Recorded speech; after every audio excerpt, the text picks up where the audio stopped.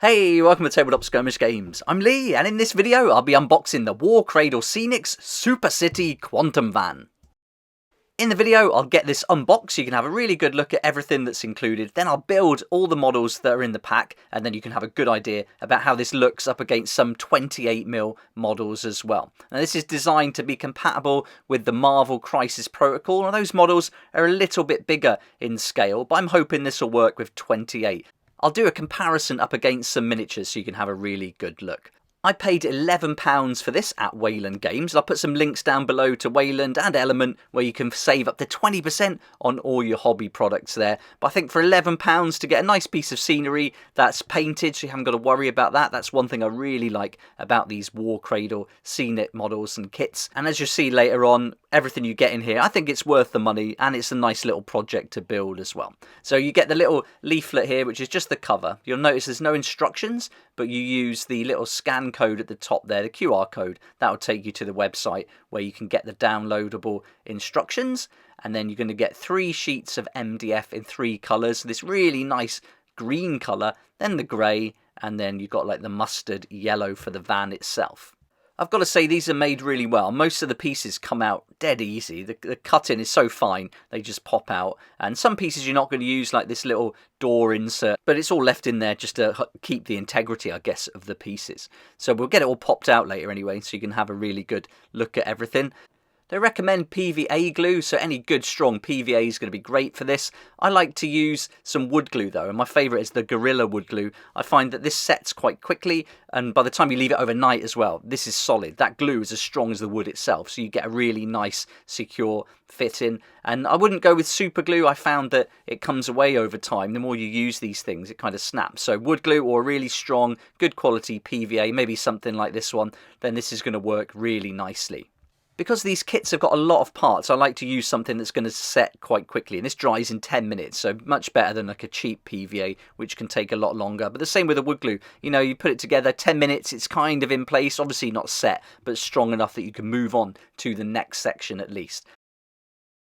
When I approach these projects, I like to punch out every component on all the sheets and then lay it all out on the table so I've got a good idea of all the parts are there. And then when I go through the instructions, I've got everything ready to go. So I kind of do that first. That's the first step. Some of the parts, as you saw earlier, come out really easily, and then other parts you have to give them a little push. Sometimes I'll use like a metal file or a little blunt knife or something just to help tease it out of there, and because some of them need a little filing down as well. They actually recommend to use a little bit of sandpaper on the edges, as you'll get some of the little spurs left on them. So I'll trim them with a little craft knife and then sand them down if necessary, or just go straight in with the file if you don't want it to be really super neat. Sometimes these kits can leave like that, like a residue on your hands, because they are cut out with a laser, so it's burnt through, and it is burnt wood after all. So you can get a little bit of like charcoal on your hands. So be aware of that. This kit though was pretty clean, but some of them can be really mucky, and it comes off and gets a bit dirty. So what you can do before you start punching everything out is just wipe it down with a cloth and some alcohol spirits. I'd be a bit dubious on the painted ones. Just be careful with that. You don't want to get rid of any of that paint or anything. But I think for most cases you'll be fine doing that. And here you can see I've got it all popped out now, so it's all on the table, all laid out in the colours and ready to go. So now what we need to do is grab that QR code that we saw earlier, and we'll just be at the top here, and then we can use that to go straight to the website. If you don't want to use the QR code, you can just type in the web link, and I'll put it down below so you can find it easily. That will then take you to this page where you've got the Super City Quantum Van with all the details. You can see the scale is for 40mm, but once we hit this download assembly guide, it's going to break down all the sections for us. Some of these I'm not going to build when I put this together, and you'll see it in a moment fully assembled. But in the most case, I'll be following most of the instructions apart from that bit there. And then here also on the door, I changed how I did that mechanism. Wasn't really necessary, and a little bit too fiddly for my liking. I'm not super patient with projects like this, so sometimes you can cut corners if you want to. But otherwise, very precise and really well done. The instructions are super clear. And here we are. I've got everything built now, so you can see the vans put together. We've got the dumpsters, and we've got the barriers, and then we've also got that little trolley as well, which is going to come into view right at the end here. Really nice that it's already painted up, so you haven't got to worry about that. And just considering they're only using 3 colours, these have come out really nice. And now the size 40mm scale is perhaps a little bit big if you want it to go along with other 28mm scale models, or I use a lot of 1:43 scale cars. But for me, this is going to be a centerpiece in one of the main scenarios, and so I wanted this van to actually stand out a little bit more. And so for me, it was perfect. Here you can see the door. I haven't fixed it with that mechanism, but it still operates as a sliding door, so you can have it shut or open, and the friction is going to keep it in place so it doesn't come out when it's on the table. Here's the 2 little components that you could put on. I tried, but for me it was just a little bit tight, a little bit fiddly, and I just felt it really didn't need it. It was unnecessary, so I skipped that part. There's lots of other bits left over as well, as you can see here. I didn't want to build this part that relates to the actual quantum van that they were creating, so I've left it out, and now my van's empty so I can get the miniatures inside.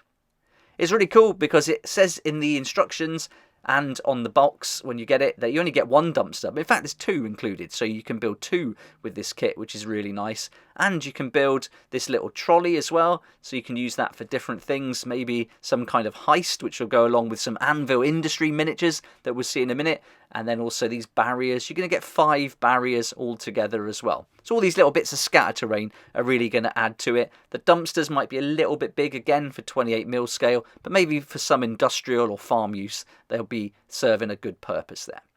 And here you can see I've got some 28mm models. Those 2 are Anvil Industry.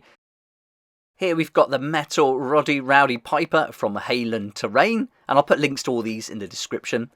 Got this one, this is a Walking Dead miniature, and this is from the No Sanctuary game, really cheap way to get some miniatures. And then we've got one here from Zombicide as well, so it should give you a really good idea about the size for all these components. And I've got a really cool Santa model here. This one's from Pandyman Games, and I'll put a link to that in the description as well. And on the other side of the dumpster is one of the models from Walking Dead as well. My son likes to use that one as Ellie from Last of Us. Here's another cool model from Anvil Industry, and let's see how we can get these miniatures and put them in one of the dumpsters. Here's Santa having a little sleep, or maybe he's just hiding from some of the Population Z zombies, but that's a good spot. At least you know you can fit a miniature in, which is pretty cool. There we are, and that's the whole lineup. That's everything built and assembled. I think for £11, pretty fun. Pretty cool, and I think even though it's a 40mm scale, this is certainly going to work as a centerpiece or maybe some kind of objective on the board, and with the dumpsters and with those barriers as well. It's all great to have the scatter terrain. The link to the kit will be down below in the description, and I bought it again at Wayland Games. A big thanks to Warzone Studios for providing the mat for this video. Here's one of their 3x3 mats that I really like, fantastic quality. And there's also loads of models that you can find at Pandyman, including that Santa that you saw in the video. They've got some really cool ones there. Only £3 as well. Then you've got the Heist at Anvil Industry, a great selection of miniatures. I've done a few videos on these in the past if you want to go and check those out already. But everything you've seen in the video today will be used in my new game, Population Z, and the first season, which is Welcome to Huntsville. So loads of this to come now as we build up to the release for the end of January. Can't wait to share more of it with you, so look out for that. But there's loads on my website. I'm putting up lots of info about the town of Huntsville, different weapons, things you could find, also the roadmap, and more about the game each day. I hope you found the video helpful and enjoyed it. I'm trying to bring more variety to the channel now, looking at different game creators, certainly focusing on skirmish games a lot more and different kits and things you can add to the collection. So if you liked the video, it'd be awesome if you hit the like button, subscribe to keep up to date with all the news, and I look forward to seeing you here next time on Tabletop Skirmish Games. Thank you so much to my Patreon supporters for helping me to keep going with these regular videos. I couldn't do this without you, and I appreciate your support so much. If you'd like to join the Patreon community, support the channel, get some great perks at the same time, there's a link down below in the description. It'll be awesome to see you there.